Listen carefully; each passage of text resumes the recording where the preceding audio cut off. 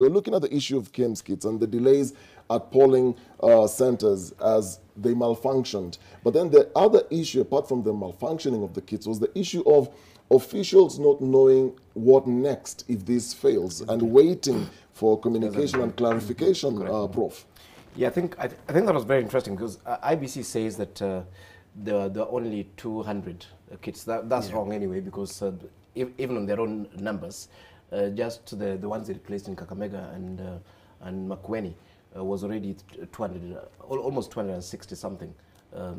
Yeah, but that was not the issue.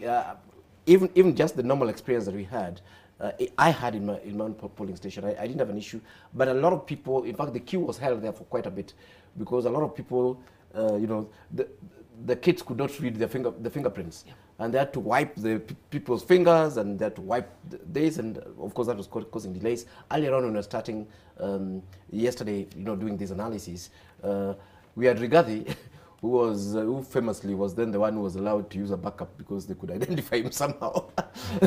Gashago in the morning, and then of course later on we had issues over Yakoya and so on. So yes, I mean there were those places where the kits failed totally, but then there were also a number of places where you know, several individuals could not be identified through that particular system, and we don't actually know what happened to them. At least I know one person who could not get his stamps identified in my own station at Shadrach Kimelel in Kibra constituency. So we overall, I mean, of course, some of these people just went away, and I think that added to voter apathy. And like you're saying, what was interesting was just how emasculated the IBC staff there were. It's like they didn't really know where to get the direction and so on. And IBC would have surely expected that this would fail in some places and provided that particular backup. And you see, for example, in Kakamega and Makueni, where they did, people started voting almost at noon again. And the questions we're actually asking is that how many of those people came back? Nobody knew what to do.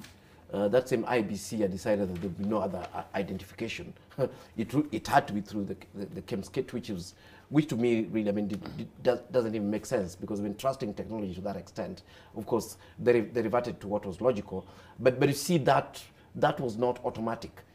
They didn't have this situation where, you know, they would have given the instruction that should the kits fail, then you automatically revert to the manual. One understands that maybe they were worried about rigging and so on, but on the other hand, to just have no preparation, even in terms of just somebody to give instructions that yes, for you can proceed straight away on the manual, so that we don't waste so much time.